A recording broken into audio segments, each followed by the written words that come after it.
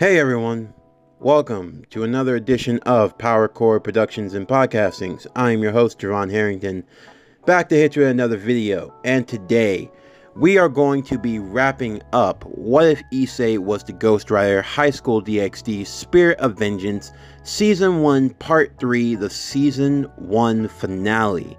I do want to say first and foremost, thank you to everyone who supports Power Core Productions and Podcastings. As always, I cannot do it without you. You make the channel grow, you make the core grow, as we are on the road to 2K and beyond. If you haven't, please check out our other uploads from earlier in the week so that you can stay up to date on everything and all of the stories in Power Core Productions and Podcastings. As we get into today's Season 1 finale, where we last left off, we had our hero, Issei Hyodo, leaving with Rainier, the fallen angel who had betrayed him, now sparing her and giving her a second chance, as she could be the potential clue that leads to him finding Irina, his childhood friend who went missing during the night of Rainier's attack. What will he learn, though, going into the events of this story? What role does Lady Mephisto play in the overall grand scheme of things? And what prophecy will Issei fulfill in the future? Also, how will his dynamics change with those of the House of Gremory? And will he join, or will there be something that preoccupies him? Also, what dark forces await for Issei in the future? What new foes and challenges will he have to face as he continues his journey as the new Spirit of Vengeance? For all that and more, let's find out as we dive into today's story of What If Issei Was the Ghostwriter? High School DxD Spirit of Vengeance, Season 1 Part 3, the Season 1 finale. As always, sit back, relax, and enjoy the show.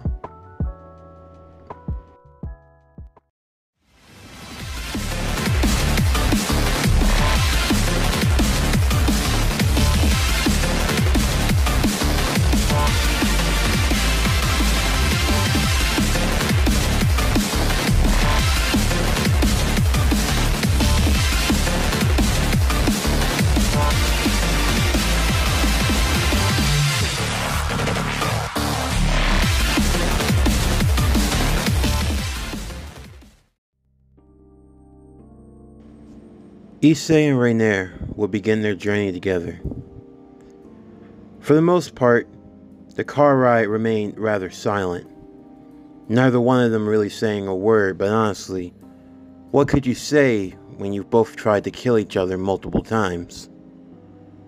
Rainier wasn't sure of what she should be doing either. The only reason she was still alive was because she was an asset, which honestly was the story of her life pretty much. They would be told that they would have to make their way to Tokyo. That would take at least 3 days, so they decided that they would stop and rest from time to time. One night, Issei was able to get them a motel. 2 beds. Issei really wasn't in the mood to be leisuring at women at the moment, even if Rainier was hot. As the 2 of them got into their beds one by one, Issei made sure that the door would be welded shut. And as always, he warned her about betraying him. But after all the spiels and all of the speeches about betrayal, Rainier simply threw her head to the side and went to lay down directly. Issei could tell that she had an attitude, and he didn't really care either. The 2 of them laying in the dark room, as the flashing lights from the nearby town fluttered through their window. As they laid there in silence, Issei wondered just why. How had Rainier become the way she had? He'd be lying if he said there wasn't a part of him that still didn't care for her. After all, she was his first girlfriend. In the silence, he would wonder if she was awake, and that was when he would speak. "Are you still up? And what if I am? I don't know, just... If you have something to say, then say it." "Why? Why? I mean, Why did you do what you did? I don't know. Why does it matter to you? Why do you care? I'm just a no-good demon that ruined your life. Well, I mean, you had to have had your reasonings. I don't know, just... What are you trying to get, Issei? I mean, was it really that bad? Being with me, I mean. Issei, I did what I did because I was following orders. That was all. I didn't do it because I was trying to hurt you or manipulate you. It just came with the job, alright? But why would you want to? Who sent you? My father. He's a general for the Legion of the Fallen Angels. His name's Kokobile. Kokobile. I've never heard of that name. My father fought during the last Great War. He's a powerful fallen angel, even though he's nowhere near Azazel's level. He was able to hold his own against God and the 4 Devil Kings. He's that strong? Yes, he is. He's a warmonger, an absolute menace. The only thing he cares about is getting his precious little war at any cost. He sent me because my actions could have potentially incited war. Are you serious? Why would he want something like that? I mean, I know that the forces on all sides have been devastated since the last war, but you're right, they have. Everyone has been reeling since the last war. To be honest, I don't know what he really sees in it. The only thing that would happen would be the destruction of everything that we know, Earth being one of them. And you were just gonna go along with it? What choice do I have, Issei? I can't beat him. He's way too strong. And besides, I was nothing but a pawn in his scheme anyway. Kokobile's already made his move. He can't go back to the Fallen Angels, and neither can I. When Azazel gets his chance, he's going to destroy me. I just know it. In that moment, Issei now felt more conflicted than he ever had in his life. He wasn't sure of how he should feel about Rainier. Despite all of the horrible things she had done, there had now obviously been a reason behind it. But all the same, could he forgive her? Was forgiveness even possible for someone like him? A man birthed by the spirit of vengeance. By all accounts, he should use his power to destroy her. But yet in that moment, he found himself only in more conflict. As the two of them laid in bed, separately, he could hear a faint cry. He could tell it was coming from Rainier, but this wasn't a cry of pity or a cry of shame. This was simply a cry of relief, to finally be free of a burden. Most likely in Rainier's own heart, she was just happy to be free from this curse. She probably welcomed death. And who could blame her? She was being used on either side. She had already been used by her father to betray the fallen angels, and she couldn't go back. She had already made herself an enemy to so many others. There was no telling what she'd be able to do now. All the same, as they both drifted off to sleep, Issei would say one thing: I'll protect you. The next day, they would awaken and leave the motel. After stopping to get some breakfast, they would drive for another while in silence, neither one saying anything to the other. Issei, however, did try to ask just who on earth hired her, though. He understood that her father had a role to play, but there was obviously someone else. That was something that Rainier couldn't remember. She wasn't sure how or why, but for whatever reason, she knew she had been hired by someone else, but she had no memory of who the boss was, almost as if her mind had been tampered with. This only left more questions than answers, but eventually they would make their way to Tokyo. They drove up into the mountainside until eventually they came across a holy temple. This temple was potentially a portal that could lead them to heaven, and for Issei, he'd be able to get Irina and bring her back. However, as they made their way to the gates, they were quickly stopped by temple guards, who asked why he was here. My name is Issei Hyodo. I have reason to believe that what I am looking for will be at this temple. I'm sorry, young man, but you will not find what you are looking for here. And I must warn, we sense the dark aura within you and the girl. You are not welcome either. Be glad that you are left with this warning, or otherwise we may have to purge you. I really like to see you try, but I don't think you understand. I wasn't asking, I'm telling.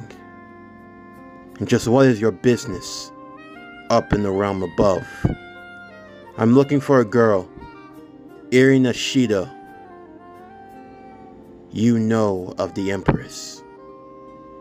Look, I don't know about this Empress or all of this stuff, but you obviously know where Irina is. So I'm only going to ask you one more time. Where is she? The temple guards would ready themselves, creating their spears of light. Rainier wasn't sure if she should be getting involved in the battle, but Issei would tell her to stand aside. As the skull began to ignite with flame, and the fiery aura of the Ghost Rider took over, the temple guards would now get a chance to see who they were doing battle with, and it was against none other than that of the Spirit of Vengeance. Issei, without any warning, would deliver a blast of hellfire towards them, shooting and knocking them back as they all went in to fight against Issei. In the short while that Issei had his powers, he had become more adept at using them. Even though they were using holy weapons of light, and they did sting some with a few slashes here and there, Issei for the most part was able to hold his own against the guards, beating them down as they made their way through the temple, going deeper and deeper into its chambers. Rainier would provide assistance whenever possible, but she would always make sure to stay towards the back, as she knew that even for a fallen angel, she didn't have enough power, at least not the way that Issei did. They would continue their fight, before eventually they would make their way to a powerful shrine. Rainier would explain that this was the way to get to heaven, but they needed someone with a holy aura to open the gateway. Issei would grab one of the guards and look into his eyes. The penance stare would be pointless though. To go up against someone of the Holy Church, and to go up against a temple guard, someone who would be irreparable. There wouldn't be any darkness or shame to try to draw upon. But Issei figured a good scare might be enough to get him to open it up. However, just as they were about to, the portal would indeed open and close, as a hooded figure would stand in front of them, with a sword on her back. Issei Hyodo, the Spirit of Vengeance. To just why do we owe this attack on this eve? I'm looking for Irina Shido. I don't suppose you could take me to her, could you? The young girl would remove her hood to reveal that she had blue hair with green streaks. As she looked towards Issei with a dead expression, she would make it very clear that Issei was not going to go to the Holy Land itself, and that he would be wise to turn back now. any further insight, and she would have no choice but to exercise him here and now. As she removed her sword from her back, she would reveal it was the holy sword, the sword of destruction. Oh, holy sword. Yes, and unlike those holy weapons of light, this one can do serious damage. Even if you are the spirit of vengeance, in the end you are still a demon and a devil nonetheless. And unless you truly think that you have the power to stop me, I would advise you turn back at once. Issei would move over to the side of the wall. There, he would see a katana. He would take it into his hands and imbue it with that of his hellfire, the blade turning into a bright red and the hilt into a dark crimson, a dark black with shade of bone.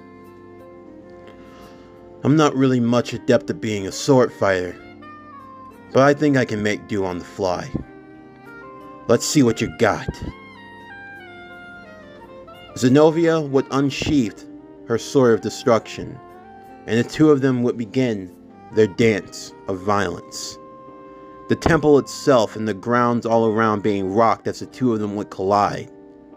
For Zenobia in this moment, even she could feel herself beginning to waver, even when she imbued the power of her holy aura into that of the sword of destruction, giving Issei a few good thrashings.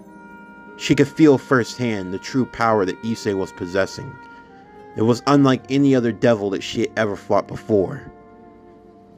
Rainier would be in terror of what she were witnessing. These two beings doing battle. They were absolute monsters. If she didn't know any better, she felt as though she were out of place. It almost became too much for her in that moment. Issei and Zenobia would continue their duel, Issei taking many blows from the holy sword of destruction, even losing an arm a few times, only for it to regrow. Zenobia was surprised at this point. Just what sort of spirit did Issei possess? One that would allow him to even be able to withstand the power of the holy sword, something that no devil could normally take. For Issei, he truly felt the power of the spirit of vengeance, a power that allowed him to keep going. It felt almost limitless in strength. Feeling as though she was going to need a bit more help, Zenobia would summon her second sword from its other dimension. Unchaining it at once, she would now wield both the Sword of Destruction and Durandal. Rainier would yell to Issei, warning him that Durandal was one of the most powerful holy swords in existence, and not something that he should take lightly. Zenobia would commend Rainier for knowing such information, and would warn Issei that Durandal was nothing like her holy sword of destruction, and that a cut from Durandal could mean his end. Issei didn't really care though. The only thing he wanted was where Irina was, and Zenobia would ask why he cared so much. She knew a little about Issei's relationship, but she didn't think that it was anything warranting all of this violence.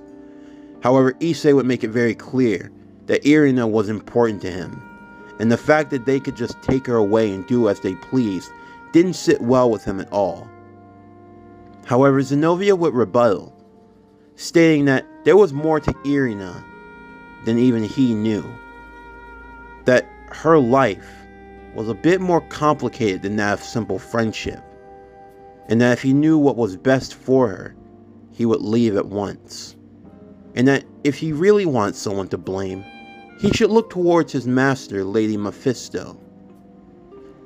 Issei asked what she meant by this, and Zenobia would explain that the one responsible for the attack, the one who had been causing all of this chaos, it was her.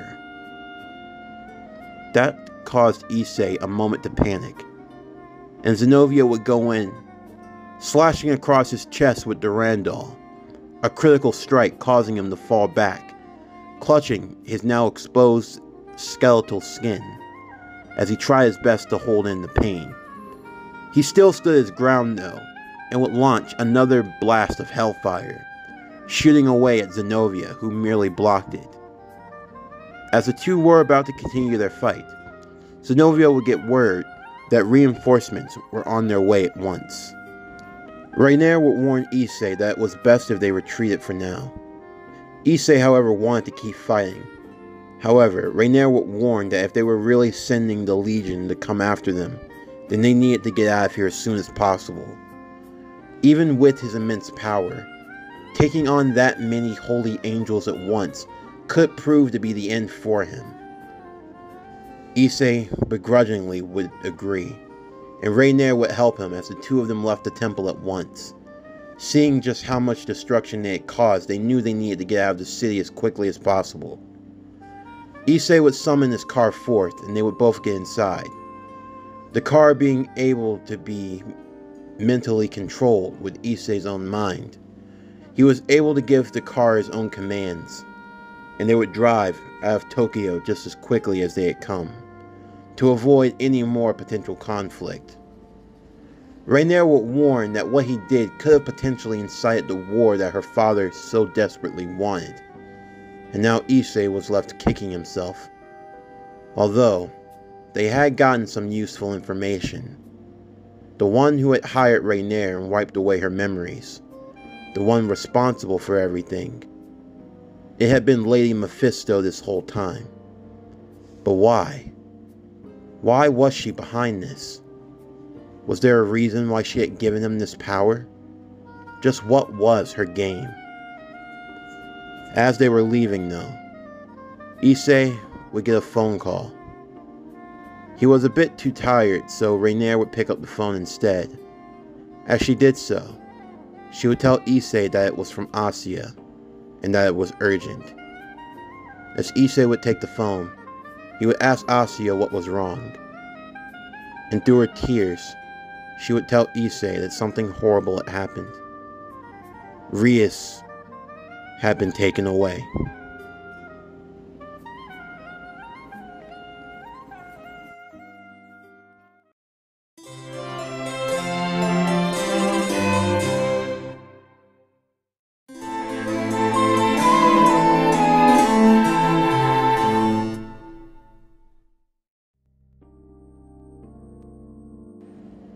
Issei and Rainier would race back to Kuo City. Once they arrived, they would go to Issei's apartment. There they would find Asya, who was sitting on the couch patiently waiting. When she saw Issei come through the door, she immediately ran over and gave him a hug, tears falling down her face as she was happy to see him again. And Issei assured her that everything would be fine. However, when she saw Rainier walk into the room as well, she became very worried and afraid, since she thought Issei had killed her. However, Issei would say that he didn't actually, and that things were a bit more complicated right now, but they needed to focus on what was important. He would ask Asya to explain what happened, and she would tell them. While he was gone, a man by the name of Riser Phoenix, one of the nobles from a high-ranking devil family, who apparently had an arranged marriage with Rias, came forward in order to take her away. Rias at first didn't want to go and absolutely refused. However, Riser instead challenged her to a raiding game. Asya would take the moment to explain what the ritual combat was. And what was even worse was the fact that they weren't fighting at full strength, since Rias didn't have a full set. She came up with a strategy though in the raiding game to try to win, but Riser was relentless. He hurt everyone in the process, and threatened to kill her if Rias didn't give up. Rias tried to save her, but she too were hurt in the process, and ultimately she had to force herself to give up, in order to protect Asya and everyone else, as Riser threatened to obliterate her entire family. Just hearing this pissed Issei off. Even though he hadn't known them for very long, he knew that the House of Grimmery, they were kind and good devils. And the fact that someone would do something so barbaric, so evil, It really ticked him off. And even worse, he threatened to kill Asya. Just as they were finishing up their conversation, Graphia would appear in the room. She would speak with Asya and tell her that Kiba, Akano, and Koniko were recovering in the underworld, but they were going to be staying for the party that was going to be held in Riser's honor, as he was going to make the announcement of his engagement in the joining of the House of Gremory and the House of Phoenix. Asya would only be more concerned, but Issei, he had a lot on his mind. First, there was this Riser asshole, and Rias was in trouble. And there was also Lady Mephisto. He had tried to get in contact with Danny Ketch at the Red Kavana. He had a lot of words he wanted to say with her, but she wasn't there apparently, and neither was Danny. No one could get a hold of them. Ultimately, Issei came to the conclusion with the help from Rainier that in all likelihood she had gone back to her domain in the underworld. This was probably Issei's best chance of getting there. And he asked Graphia if she could take him to the underworld. Graphia asked just what did he have in mind, and Issei made his intentions very clear. He was going to help get Rias back. For everything that she had done for him, and for Asya, it was the least that he could do. Graphia would warn that Riser was not someone to take lightly, although she could sense the dark aura coming off of Issei in that moment, and she realized just what he truly was. And this changed everything. Up until now, there had already been a plan for the worst case scenario for Rias to escape. But now it looked as though a new opportunity had presented itself. She would have to get in contact with Sir Zex, but she didn't explain that if Issei truly was committed to saving Rias, then this is what he needed to do. She would give him a magical seal that would teleport him directly to where they were in the underworld, and this would give him his chance. However, before leaving, Issei had another favor to ask. When it was over, there was something he needed, something very important, and she couldn't say no. Vowing to make that promise, she would agree. Issei would then turn to Asya and Rainier. He wasn't sure if the two of them would be safe here on their own, with the worry of potential priests or fallen angels coming after the two of them. But Graphia would put up a barrier around the apartment, one extremely potent and powerful, and it would protect them long enough for Issei to get back. Once knowing that everything was safe and secure, and that the two of them would be alright on their own, although there were definitely mixed feelings, seeing as how Rainier did kill Asya. But Asya had a surprisingly forgiving spirit. Of course, it would take a lot to forgive the girl that got her killed, but she'd like to think that if God could forgive, then so could she, even if she was a devil. And the two of them would have to hunker down in Issei's apartment. He told the two of them to get along and to stay safe. Asya and Rainier were both worried. They asked if they should come along to help in any way that they could, but Issei told them that that wasn't going to be needed, and this wasn't going to take long at all. Issei would then leave with Graphia, and the two of them would make their way to the underworld. In the meanwhile, Rias would be getting ready. As she put on the wedding dress that Riser wanted her to wear, she looked into the mirror. She had an eye patch covering her left eye. Her left eye that had been severely damaged when Riser struck her in the face, when Rias was trying to protect Asya. She wondered if she had done the right thing. For the sake of her household, she knew she had to give up. But at the same time, a part of her wished that things could have turned out differently. But she was resigned to her fate now. And if this was what it took to protect everyone that she loved, and she was just going to have to live with being the wife of Riser Phoenix. Riser was all too cheery with himself, although there were some at the party who were a bit disgusted with just how barbaric he was during the raiding game. Of course, Riser didn't care at all. In his mind, winning was winning. However, unknowingly, his actions had rubbed many the wrong way.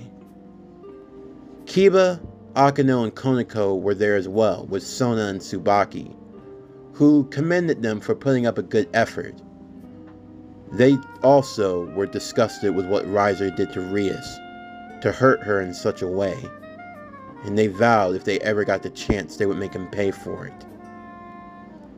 As the party would begin, Riser would welcome all of his guests, giving great adulation and praise, before announcing that today was the day where two great households were now going to become one, as he was about to unveil his new bride, Rias Gremory. As he did so, a flaming circle would appear beside him, and Rias, in all of her splendor, would be displayed for everyone to see. However, in that moment, a large explosion would come from the other side of the room, as the doors were burst open and Issei would come walking through. The others were surprised that Issei had shown up of all people. They didn't think that he would have actually came. As he walked in, the guards would try to stop him at once, but Issei would simply blast him away over and over, until eventually he made his way to the front, where Riser was, and Rias was standing next to him. Rias was surprised that Issei had actually shown up. She didn't really think he cared all that much. I mean, yeah, sure, he had a thing for girls. That hadn't changed, but she didn't think that he actually had that level of care in his own heart for a girl like her. And just what is the meaning of this? Who the hell are you? My name's Issei Hyodo. Rias, who hurt you? That is none of your concern. I'm not talking to you. I'm talking to Rias. Rias, who hurt you? Issei, really, you don't have to. Rias, I'm not in the mood. Was it him? Rias would look down for a moment, her red hair covering her face, although Issei could see a few tears falling down. That was all that he needed. You know, just because you have a lot of power doesn't mean it gives you the right to bully over others and think that you can do whatever you want. You impotent little. I will teach you how to speak properly to your superior. Riser would go in to blast a fireball at Issei. However, Issei would merely hold up his hand, and the fireball would be sent right back towards Riser. More guards made their way through, but Issei would blast away at them all. He didn't care how many had to get incinerated at once. He was going to destroy them all.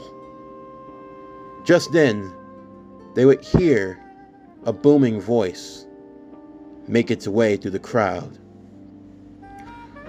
Well, this seems like a lively party, Riser. Sir Zex, just what are you doing here? I figure I should be at the engagement ceremony for my own little sister, shouldn't I? And besides, I'm here for a little entertainment. Entertainment? Yes. You see, there are many who found your raiding game against my sister rather underwhelming.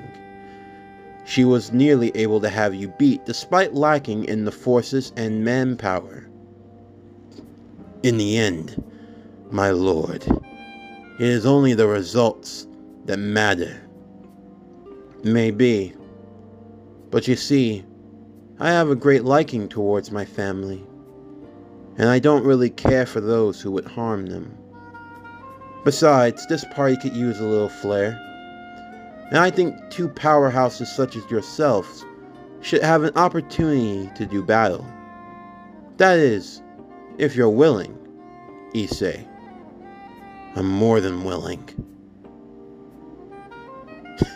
Are you serious? Him? You want him to fight me? Oh my. Very well, I'll humor you. Let's have a battle. Rias would be worried in this instant. She didn't want Issei to hurt himself for her. She didn't want anyone else to get hurt for her sake. However, Issei would tell her that the only one that was getting hurt was Riser. As they had agreed, they would be sent to another dimension. Everyone in attendance would be watching through a viewing portal, as Issei stood across from a battlefield against Riser, who undid his shirt as his flaming wings would extend from his back. As Issei would power up, the spirit of the Ghost Rider would now surround him, and everyone would see just what Issei truly was. He had become a spirit of vengeance, and they had known fully well of the type of power that they had.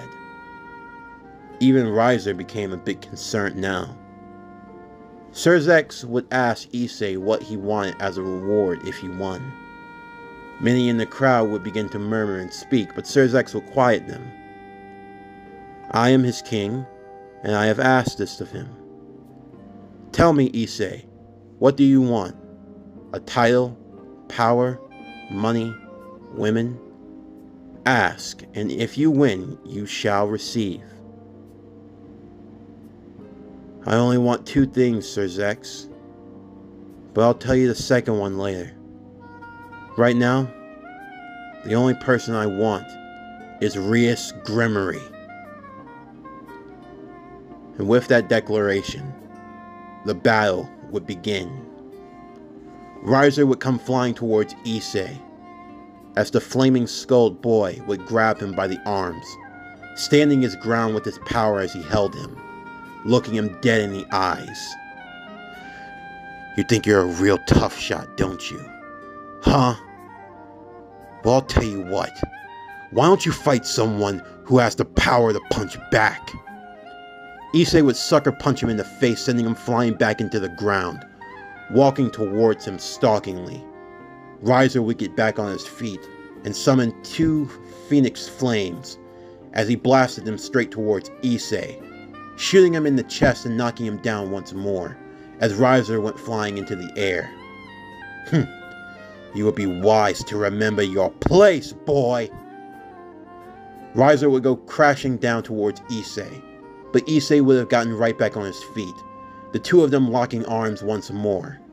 Before long, their fight became nothing more but a knuckle-down, drag-out beatdown, each one of them giving a punch to the other, neither one backing down and neither one relenting. Riser was starting to become more and more fearful of Issei's power. The power that Issei possessed. It was more than what he was truly expecting. He had heard the stories of the riders, but all the same, he didn't know that they were this powerful. All the while, Issei continued to feed into his hatred, his anger, over and over again. Until long, Riser started to cower. Riser started to be beaten down into the ground, coughing up blood more and more as Issei continued his assault. What's the matter, Riser? You have a lot of fun times beating up on a girl. Why don't you try doing that to me? You little... Huh? Well, Riser? Go ahead. You seemed all high and mighty when you were beating up on Rias, huh? Despite her trying so hard? She doesn't want you. She doesn't want to be with you. But why you care, huh? You don't even see her as a person. You just see her as a title. Someone to use. Someone to use for your own gain. Well, I've had it. You're not dealing with Reese. You're dealing with me. And I will make you pay. Issei would slam Riser back into the ground. As he took the chain that had been wrapped around his waist, he wrapped it around his fist nice and tight, as he started to rain down punches upon his face over and over again. The people in the crowd were absolutely floored at what they were seeing. The more Issei fed into his anger, into his hatred, into his vengeance, the stronger he got. And he loved this feeling. Come on, Riser. They tell me that you're immortal. Well, guess what? I know a little bit something about immortality myself. My power, my hatred, it's limitless. So let's see, which one of us burns out first, me or you? Issei would start to beat on him over and over again. It got to a point where Riser couldn't even put up his arms anymore. The people in the crowd, they were silent. They had never seen this level of brutality, this level of violence. Issei wasn't done though. He just continued to beat him over and over again. It continued until eventually Surzex called the fight off. It was over. Ravel Phoenix would come flying in at once.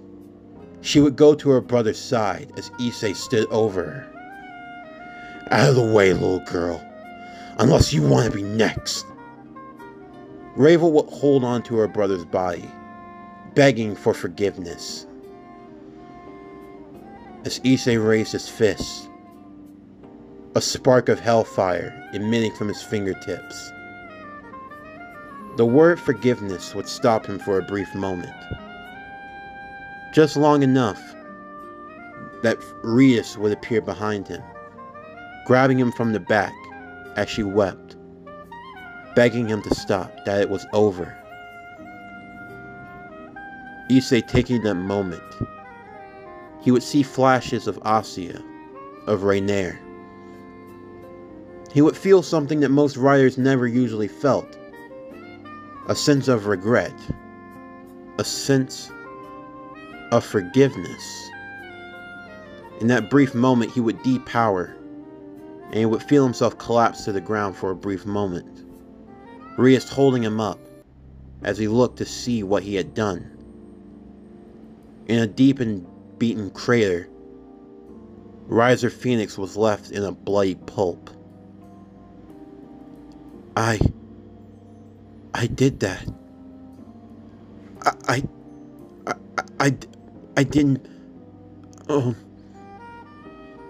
Before saying anything, Rias would hold him close, telling him that it was alright. It was okay. The others would soon join them, and before long they would be outside where the party was. Everyone was thankful to Issei for what he had done. Some of them now having even more respect for him. Not just for his character, but his power also. They had never thought that someone could beat Riser that badly. That someone could have made a devil from a noble family cower in that much fear. Even Issei was astonished at what he had done. Akeno would appear with a magical seal and a griffin would form. This was going to be for a way for them to get home. Rias blushed a little as she would have liked the idea of flying away with Issei. However, Issei couldn't leave at the moment. They asked why he wasn't going to be going back with them, but Issei explained there was something important that he needed to take care of. They asked what it was, but he would just give them a stern look, telling them that he had some business he needed to take care of. However, he would tell them of the situation above. He would tell them that Rainier was alive, and that, for what it was worth, they needed to help her. They didn't need to forgive her, but he just needed them to help her long enough until he could get back. They understood he was serious, and Rias agreed that she would do everything in her power to watch over Rainier and Asya once they got back to the human world. But they asked what he was going to do in the meantime. Issei then explained that there was a certain devil he needed to pay a visit to. They understood, and even as they left though, Rias would run back and give him a kiss on the cheek. This caused him to blush a little, as that caught him off guard. Rias, even if she didn't think so, with her eye now being damaged the way that it was, he still thought that she was beautiful, and he told her that he would see them all again. He promised. As they flew away, flying off into the night sky, Serzex and Graphia would appear behind him. "I must say, Hyodo, you are rather impressive." "Serzex, thank you for saving my sister." "It's no problem.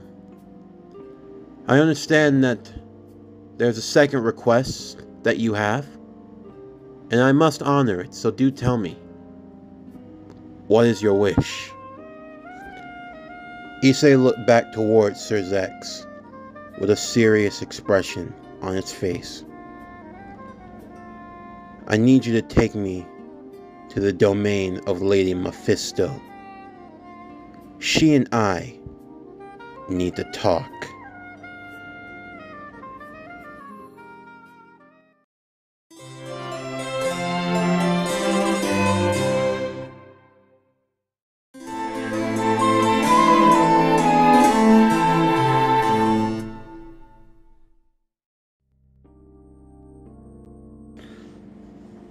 As Issei made his way to the domain of Lady Mephisto, he thought of the warning that he had been given by Serzex and Graphia before arriving. He was warned that once he entered her domain, he would be at her mercy. Even as the Devil King, Lady Mephisto was unique among the realm of the devils in the underworld. Unofficially, you could say she was the fifth Devil King, so to speak. While she didn't hold an official title, it was recognized the power that she truly possessed, and that she could rival any one of the other four Devil Kings on any day, and they were very wary of her power and her influence. For the most part, she had always kept the peace. She were in charge of taking the souls of whom were corrupt and were evil. That was her role, and she thrived in it well. Although what intricate games she were playing now, no one knew for sure. Inside of the domain, Issei had his car summoned as well. As he got inside, he took a deep breath, adjusting the rearview mirror, before flaming into his Ghost Rider form. The wheels of the car set ablaze as he went driving through the streets of Lady Mephisto's kingdom. As he drove through without any warning or hesitation, he made a beeline directly towards her mansion. He drove through, crashing through the gates at once, hitting all of her guards in the process, before eventually arriving to the front doors, where he crashed his car through and drove in. His head hit the dashboard really hard, and for a brief moment he thought he had knocked himself out. As he turned back, he could see that for miles he had left nothing but a blazing trail of ash and destruction. As he made his way out, he would be on the lower floor of the mansion, looking at two separate staircases that led above. He would see a woman in a red dress, her pale skin, and her dark black eyes, with her long flowing hair, a nice soft silk, a color so black it seemed as though it would put even the new moon to shame. "Ah, Issei, I knew that you would come to my dimension at some point, but did you really have to leave such a mess?" Beside her would be a man that Issei recognized. Her bodyguard and right-hand man, Danny Ketch, dressed in his black suit as he took a draw from his cigarette. Kid, you know how long it's gonna take to fix that? Oh, what the hell? Lady Mephisto? It seems you know the truth, huh? Well, go ahead, ask away. What's the meaning of all this? Were you responsible for what happened to my family? No, that hurts my feelings, Issei. It would be nice if you knew the whole story. Were you responsible? And just what if I was, Issei? Do tell. What are you going to do about it? We saw your fight with Riser. Congratulations, by the way. But I'll have you know that when compared to me, Riser is nothing but a child. You think you're gonna do to me what you did to him, huh? Mephisto would pull her hands together, and two flames would appear. Issei could sense within those two flames there were distinct souls. The souls of his mother and father. Why do you have those? Oh, Issei. There's a lot that you don't know. A lot that you don't understand. You see, the world is at a critical juncture right now. I have foreseen in a vision that a great catastrophe will occur. One that will not just affect this world, but worlds all around. In my vision, I see you with the power that I have beseeched upon you. That power will be very useful in the near future. You will join a group of warriors from all across the multiverse. And you must all stand together, for there will be a great evil that will befall you. You think I really care about that right now? The only thing I care about is that you are nothing but a lying, manipulative bitch. And the only thing I want to do right now is kick your ass. Alright, easy kid. You don't speak to a lady like that. I don't think I was asking you. And I don't think you know what you're getting yourself into right now. Easy, Danny. No. Issei Hyodo wants to be a man here. Well, a man makes man decisions. And when you make man decisions, you gotta deal with the consequences. But I don't think you want to deal with those consequences right now. Now look, I don't agree with everything that my master does. But I've lived long enough to understand. And just what the hell would you know? What the hell would I know? What the hell would I know? Give me 5 minutes, miss. Alright. But don't kill him, please. I don't want an incident of what happened the last time. Oh, don't worry. I ain't gonna kill him. But when I'm done, he's gonna wish he was dead. Danny slowly walked and made his way down the stairs, taking another long draw from his cigarette. You think you're special, kid? You think you're the only rider out there? Issei eyed him. As the two of them now were on the same floor, they both walked and circled one another. Let me tell you something. You ain't the only one that's been given the power. There have been many Ghost Riders that have come before you, and there will be many that will come after you. But among all of them, you want to know who's the best? As he dropped the cigarette butt as it fell to the ground and he stepped on it. The man in the black suit would begin to change. As his hands and his face, the skin would start to burn away, leaving only that of the skeleton, as flame would emit around them. I'm the best. So show me what you got. Issei would turn into his Ghost Rider form as well, and the two of them would engage in combat.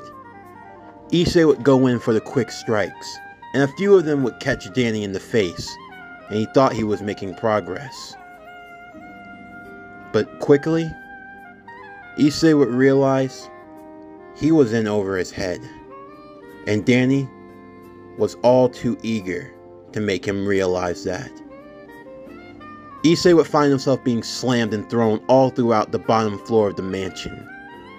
Danny casually pulling the belt out of his pants, the belt now becoming engulfed in flame as he wrapped it around Issei's throat, pulling him in closer before bashing his face into the ground over and over again.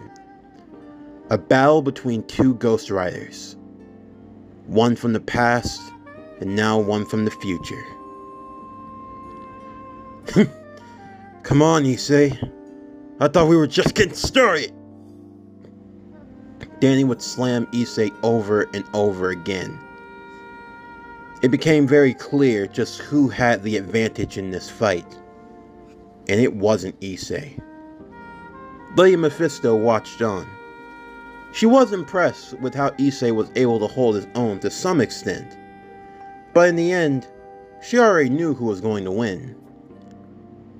Danny Ketch, you see, was the Ghost Rider who took the mantle after another Ghost Rider who was rather infamous, if you will. The stunt devil legend himself, Johnny Blaze. When he stepped down from the title, deciding that it really wasn't for him anymore, it was Danny Ketch who took the next realm.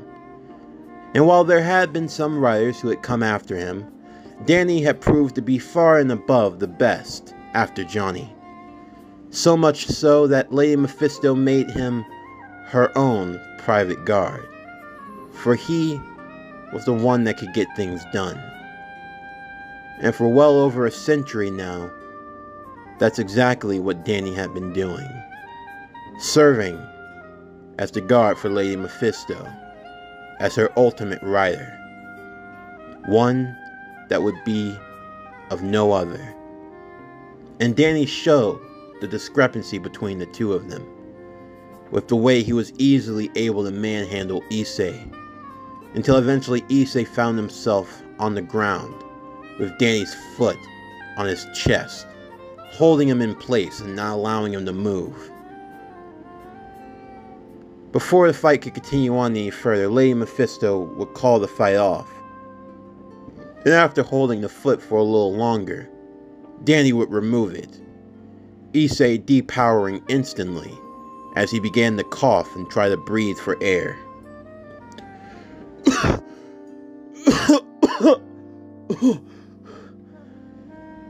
You see that? And that's Danny when he's holding back. Remember that, Issei. No matter how strong you think you are, there will always be someone out there just a little stronger than you. Why? Why?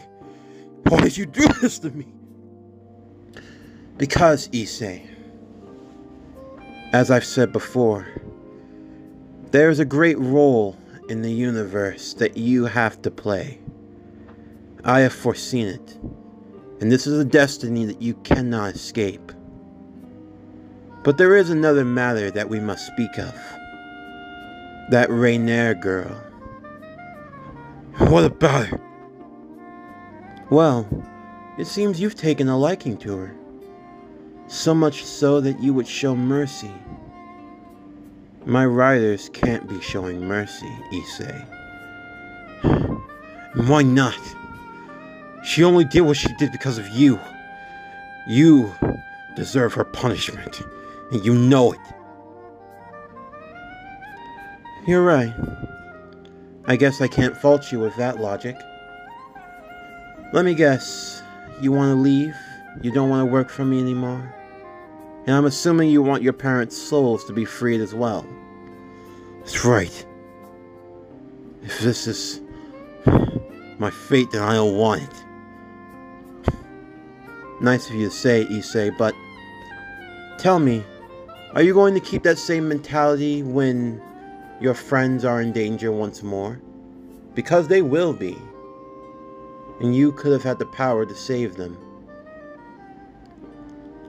Issei, this is something that only you can do. Now, if you want to be a free rider, to have the power, but to be free to do as you wish, then that's fine. However, nothing in this world comes for free. I need compensation. You see, my job is to house all of those bad and evil souls here in the underworld. And if my rider doesn't give me what I want, then I must say I get very disappointed. Then how much? How much would be enough? Well, that is the conundrum. Just how many souls are enough? How much souls do you think your freedom is worth? How many souls do you think your parents are worth? I wouldn't know. But there has to be someone out there whose soul is worth it. Tell me who. You tell me who it is, and I'll bring them in. Is that right? You really want to make that deal with me? Danny would look over to Lady Mephisto, shaking his head. Ma'am, don't do it. But he's making the offer, Danny. How can I not? You know what'll happen if he goes through with this. It's the only way. Kid, I am warning you. For your own sake, and for the love of anything that would listen to a deadbeat like me, don't take this deal. Now, Danny, he's a grown boy. He can make this decision if he wants to. There actually is. There is one soul in particular. Well, he doesn't have a soul. I had a son a long time ago. He was someone that I truly cherished, but as all children, he went through a rebellious phase, and he's been a rather much of a handful over the last 1,000 years. Your son? Yes. His name is Blackheart. Although, I have to be entirely honest, he actually doesn't have a soul. What? He's a soulless demon. Truly magnificent in power in every way, shape, and form. I can't take him down as easily as one might hope. As he does not have an actual soul, there's nothing really to reap. He can only be defeated through pure power, but all the same, I haven't had anyone truly capable of bringing him in for me. And you want me to settle that score? Correct. Now, of course, I would say that just bringing him in would be more than enough. And honestly, it probably would be, but you are still the writer. And I do still need souls. Fine. You need souls? Then how about this? You free my parents. Allow them to go to heaven. And in exchange for my freedom, I will give you 99 souls. 99 of the most vile and corrupt souls on earth. I will give them all to you. And for the 100th, I will bring in your son. Now that is intriguing. But are you sure you want the 99 most vile and corrupt souls on earth? You know they all aren't human. Some of them are devils, some are fallen angels, some are beings that you can't comprehend, many of whom will not be taken down so easily. Are you sure you wish to make this deal? Because on top of those 99 souls, I will require my son. But I must warn you, there is not a single Ghost Rider that has ever been able to defeat him. Danny there, he's the last Ghost Rider who even survived an encounter with my son.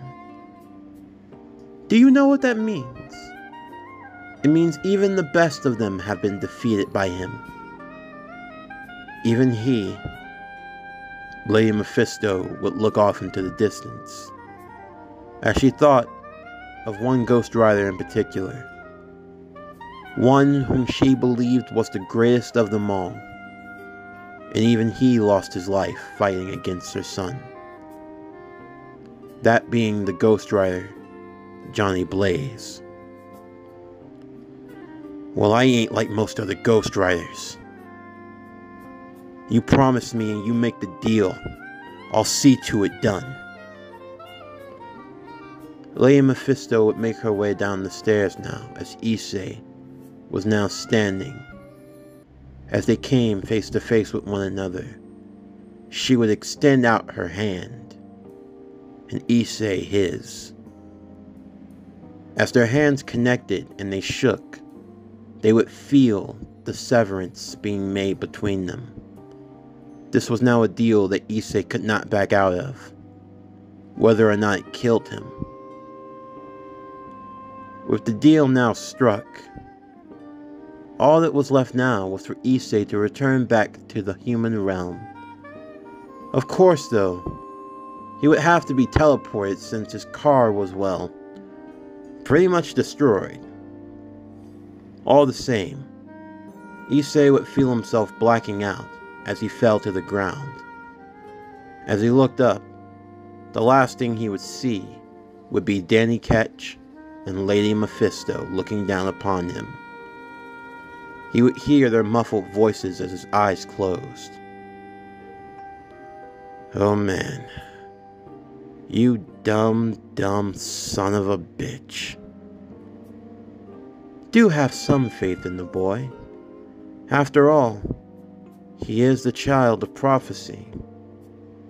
That may be so, but if Johnny couldn't even defeat Blackheart, what makes you think he can? Well, that's a gamble I'm just willing to take. Issei would awaken, finding himself on the doorsteps of his apartment. As he made his way inside, he would see Asya and Rainier, along with Rias and everyone else who had gathered together in Issei's rather tiny home. Asya would go running up to him at once, asking if he was alright, and he told her that everything was fine. Everyone was happy to see that Issei had made it back, and they all greeted him.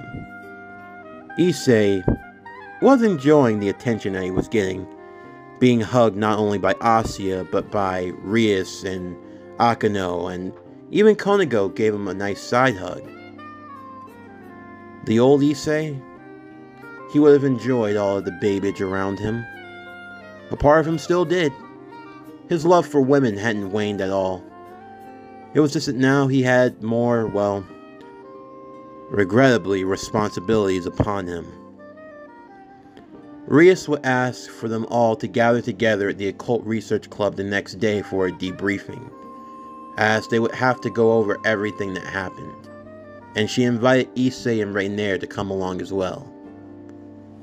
The next day, everyone would be gathered together and Issei would explain everything that happened, his meeting with Lady Mephisto and the deal that had been struck. Everyone was surprised to hear of who he was going after.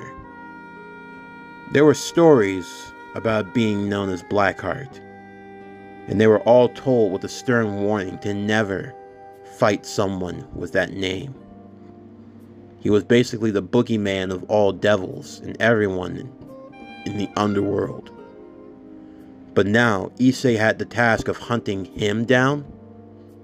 There was no telling how that was going to turn out. Rias once again would make the offer for him to join the House of Grimmery. If they worked together, then maybe they could stand a chance. He didn't have to do this on his own. However, Issei would simply shake his head no. He didn't want to put them all at risk like that. This was his deal. It was his score that he had to settle on his own. And begrudgingly, everyone would have to respect that. However, they still want him to join the Occult Research Club. Even if he wasn't a part of the House of Grimmery, that didn't mean that they had to stop being around one another. They could still use his help in many regards. And Asya liked the idea also, since it would allow her to spend time with Issei again. Of course, Issei was going to say no, but the looks on everyone's faces, most notably the girls. Eventually, he just decided that maybe it was for the best. And while he wouldn't take up the mantle of Grimmery now, the offer was still on the table, so maybe he would someday. Someday. But now there was Rainier. What were they going to do with her? She was a fallen angel, but she couldn't go back there. There really wasn't anywhere else for her to go, and honestly, Rainier was prepared to just go off on her own, until Issei grabbed her by the hand. He told her that rather than running away, maybe now was the time to find people that she could truly trust. As Rainier looked back towards him, she asked if he were truly serious, that he trusted her of all people. And Issei, he wasn't sure. He was honest. He had mixed feelings about her. He understood why she did what she did, but at the same time, he still couldn't completely forgive her at the moment. But if she were willing to try, then maybe she could earn his trust. For Rainier, it was a start, a second chance. Up until this moment, she didn't have a second chance, but now she had one. It might be her only one, if she were willing to take it. She would look to Rias and ask if she would really be allowed to join her household. Rias would nod her head and smile, stating that second chances don't come around often, but when they do, you should make the most of them. Rainier would nod in agreement, and with that the ceremony would take place. Of the 8 pawns that Rias had, she would use 4 of them and give them to Rainier. After all, learning of her lineage, there was some untapped potential within her. Potential that Rias could definitely use. And with that, Rainier would become a devil in the House of Grimmery. Everyone would then decide to celebrate. It wouldn't be anything major, but they had a cake and some tea ready as well, as they all got together to enjoy in the festivity. As the night sky started to come upon the town, Issei could sense a great presence, one of the 99. He would tell them that he had to leave right now, and the others were a bit disappointed that he couldn't stay. Even Asya had wished he could have stuck around a little longer. However, he told her that there was something that he needed to take care of. Something only he could do. Issei would nod in understanding, knowing that this was the new normal. For Issei, this was something only he could do. Although before he left, Issei would rush and give him a hug, and she would tell him that no matter what, don't forget where you are loved. Issei would nod in agreement as he left and made his way. As he got outside, he would see there was a new car. It was a black Skyline. As he walked towards it, there would be a note attached as well. It was from Lady Mephisto. Every rider needs a set of wheels. Go forth and be my vengeance. Issei would hold the note as it disintegrated into ash in his hand. As he looked forward with determination, he would get into the car and peel out of the driveway of the school, driving off into the night at once to begin his conquest. Deep in the alleyway, a man by the name of Yoroi Yamada, one whom many could consider a scumbag of the earth, a man who had committed many crimes, vile and unspeakable crimes, terrible acts against the innocent. He was in an alleyway with a young girl as he loomed over her, the girl cowering in fear. He licked his lips, ready to think of all of the detestable things he could do to her. However, before he got any closer though, he would feel himself being grabbed by the collar as he was slammed against the wall. Issei looked to the young girl and he told her to get out of there and to never return.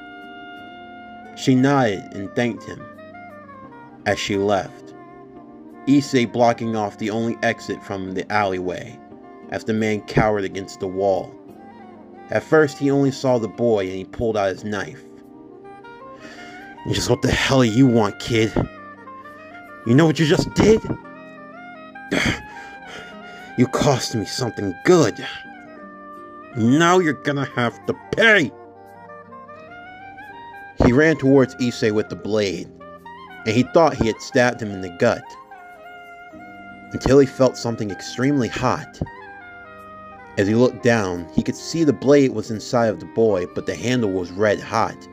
As he pulled away, he looked up to see that the young man that he had seen was no longer there. The boy's face was that of a skull, ignited by flame that completely surrounded him. The man would try to back away, but Issei would grab him and punch him in the face, knocking him back down to the ground once again. Blood coming from his mouth as he could feel his teeth falling, as he mumbled up, Who the hell are you? I am many things, my friend. I can be your punishment. I can be your salvation. I am the one who settles the score. I repay the evil that you sow. I am the reaper, the rider of the night. And for those who commit dark and evil acts under the heavens, I am the Redeemer. Oh God, no. What are you? Issei would lean in as his dark and hollow eyes met that of the vile man, the first of the 99. I am vengeance.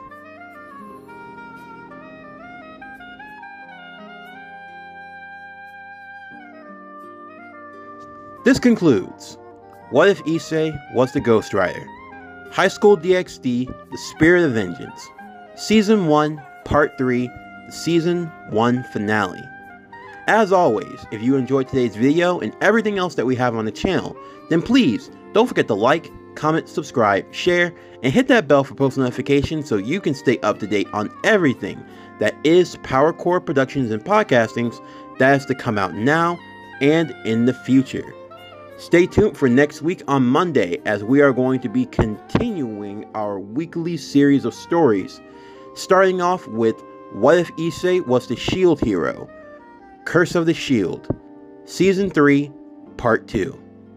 But anyway, this is going to do it for the end of today's video. I'm Javon Harrington with PowerCore Productions and Podcastings. Signing off, and I'll see you next time.